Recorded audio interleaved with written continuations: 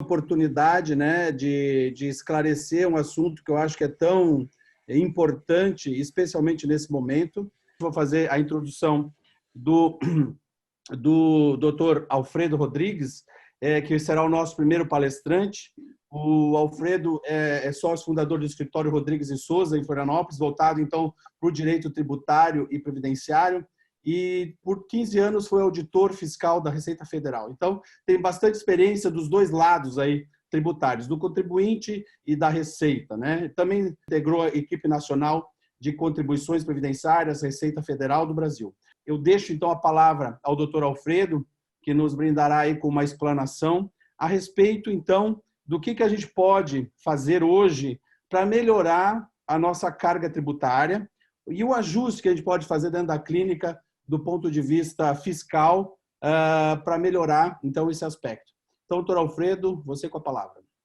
E para vocês, médicos, é muito fácil entender o que eu estou falando, porque o contador de vocês, ou o advogado, aquele mensalista, enfim, ele tem que saber cuidar de todos os temas, né? Ele tem que entender do ISS, do IRPJ, da contribuição, enfim, de uma série de obrigações tributárias, no caso do contador, e o advogado do escritório ele tem que resolver o problema trabalhista, o problema civil, o problema tributário, enfim, e acaba não sobrando tempo para se dedicar para pequenos detalhes, onde só o especialista, o olho do especialista, né, ele vai conseguir trazer essa oportunidade e trazer. Hoje a gente fala muito em compliance, né? Então, assim, a adequação correta às normas tributárias.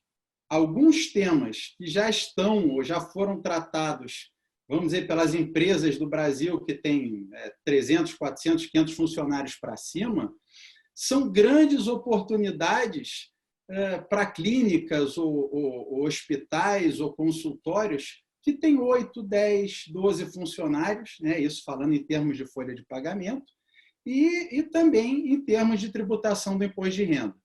Então, eu vou começar rapidamente a dar uma passada em relação à oportunidade de imposto de renda, incidente, no caso, imposto de renda sobre o lucro, né?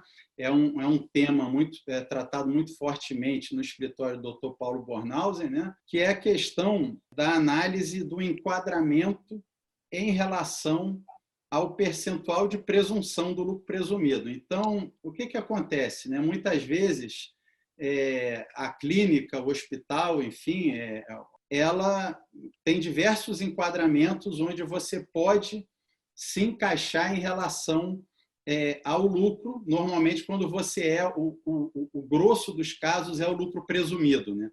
E aí existem os percentuais de presunção, que vão de 32%, 16%, 8% e um caso isolado que é 1,6%.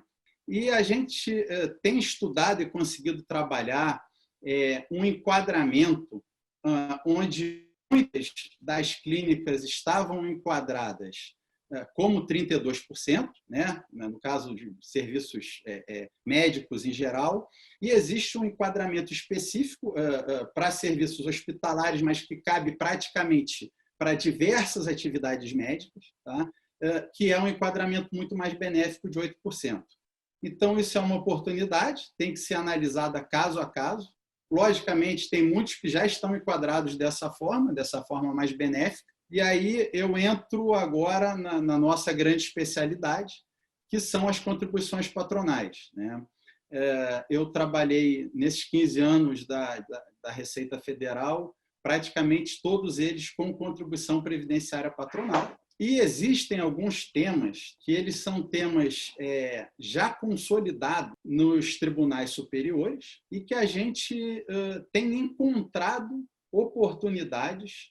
Já fizemos trabalho para 3 clínicas aqui de Florianópolis, que são grandes, que têm entre 20 e 30 funcionários, né? E elas ainda estavam tributando verbas como terço de férias, a questão dos 15 primeiros dias do auxílio-doença. Eu posso garantir a vocês que talvez 80% das empresas de quem está ouvindo hoje aí ainda estão tributando, ou seja, utilizando isso como base de tributação de contribuição previdenciária. E aí a gente pode pensar que é pouco, tá? mas quando você deixa de computar isso na base, você está tirando 28,8% em cima disso. Então, um terço de férias é R$1.000. Tá, tudo bem, é R$1.000. Mas você está deixando de pagar R$280 de imposto.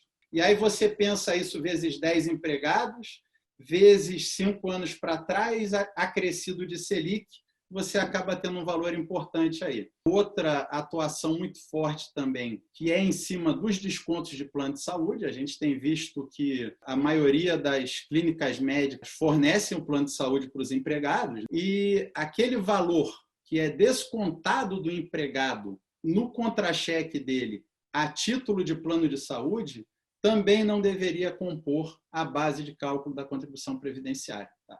Isso está claro e expresso na lei. O E-Social, então, possibilitou conseguir declarar de forma separada a base de cálculo do FGTS da base de cálculo da contribuição previdenciária. Então, hoje, chamou atenção para esse tipo de erro que as empresas vinham cometendo de tributar uma base que era indevida, né?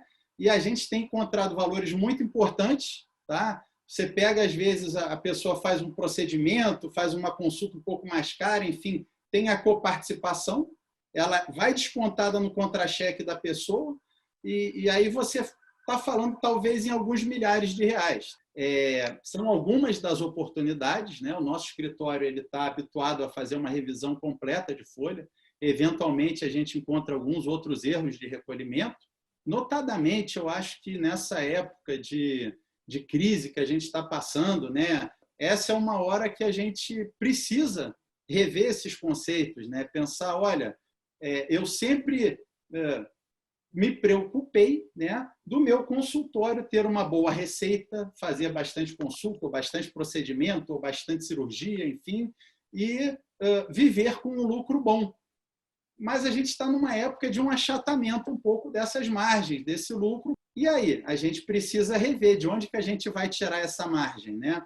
E muitas vezes existe um imposto que foi pago a maior durante muitos anos e a gente pode buscar esse imposto aí, então, para nos auxiliar em recompor uma parte dessa margem ou pelo menos conseguir passar por esse período de crise sem sofrer tanto.